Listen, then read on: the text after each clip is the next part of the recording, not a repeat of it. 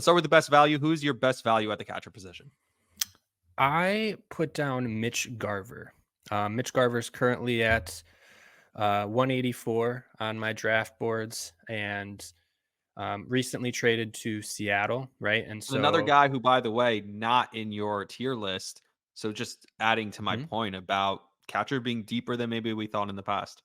Yeah, exactly. I think, and this is where it gets tough. So there's some good and some bad with Mitch Garver. The bad is that he's never had more than 360 plate appearances in his career, right? And he's already in his, early 30s, so a little bit older, but never had more than 360 at bats. He's not in a good hitter's park either. Like Seattle is not a good place for power to play. But there are a lot of good things. And I think first and foremost, we talk about it all the time. He's going to get some playing time. Like he is their DH, which leads me to my second point is that he's not catching. So give me all catchers who don't catch. I love that because they bring that catcher eligibility, but they're not going to put the strain on their body that normal catchers do. So Mitch Garver, his bat has always played when he's healthy.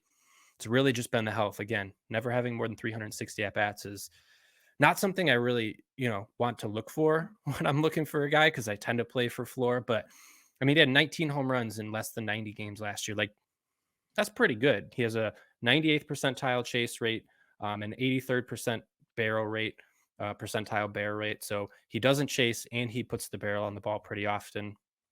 There's nothing not to like other than the health. And so if we're talking about pick 184, I think Mitch Garver is a phenomenal value, especially because he's not going to catch this year. All right, I have Gabriel Moreno. I think he'll play a lot more games this year. That's the one thing. He didn't play a ton of games, and I think in more of a full season, you're right that he's a guy who still kind of has to prove himself. But the average on base percentage, the slugging percentage last year was off the charts.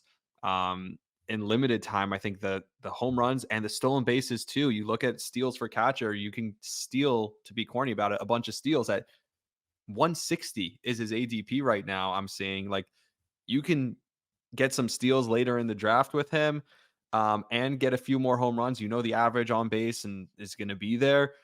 I think he could be across the board, and I saw him ranked as like the 12th catcher, and that's to me that's low for him.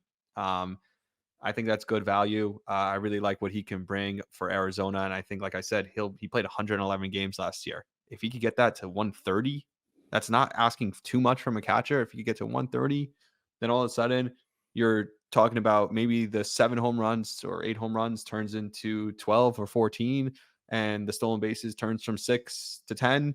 That's pretty good if a guy's going to bat 285 and get on base, at 350.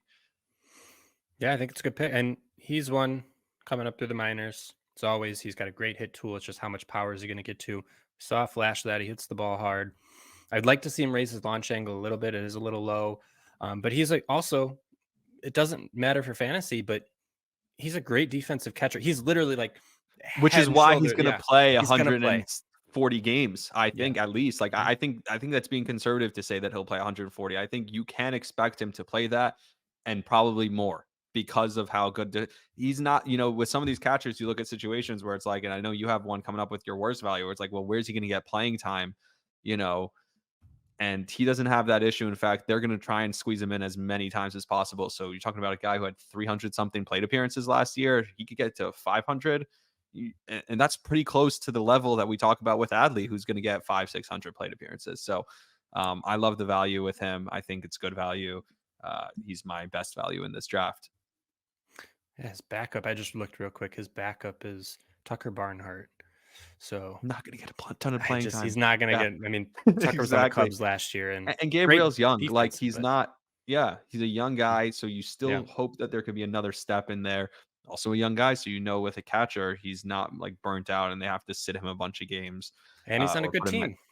He's on Yeah. a good team. We, Yep. I I mean, think they'll take a step back. I don't think sure. they'll be the World Series champion team. But they should be a good team, like you said. I know World Series, they lost the World Series. They didn't win, but Yeah. um, National League champions. yes, exactly. Yeah, So, which was also so fluky. My God. I mean, I was rooting for the Phillies in the playoffs. I love Bryce Harper. I don't know if you sure. noticed from the first base episode, he's my favorite favorite athlete, and I talked about it. I met him and all those things. I love Bryce Harper so much. I want him to be a Yankee. Like I still am so mad that the Yankees never called him. Like when that story came out, I remember it was during COVID. He did that interview when he said, "Yeah, Brian Cashman never called me, and I wanted to be a Yankee." And I was just like, "How? Could have had How?" Bryce. And Yeah. I was just like, because think about it. If they go get him, the Yankees didn't have a left fielder for the last 4 years. He would have been the left fielder, and now with Rizzo gone next year, he would have slid to first base just like he did in Philly. Like clearly, I'm not over it, I right? can tell. I can tell. Oh, Not I rooting love for a Bryce. fun team like the Diamondbacks because you're rooting for the Phillies. I'm just Yeah, kidding. I do. well, I like I Bryce think Harper the too. Phillies were a fun team. I think the energy in that Mhm. ballpark, and then just got zapped in those last two games because they couldn't hit, and like they were so reliant on the home run. You knew that that was going to come to a head at some point. Where it was like Yeah. if they weren't hitting home runs, they weren't scoring. But it felt like every time they were going to hit that big home run, and then they didn't, and Arizona won. And I was frustrated. I had Philly as a World Series future. Also, I had money on them. It was a whole thing. Oh, that's why that Who's your explains it. no, I put I so that's the thing.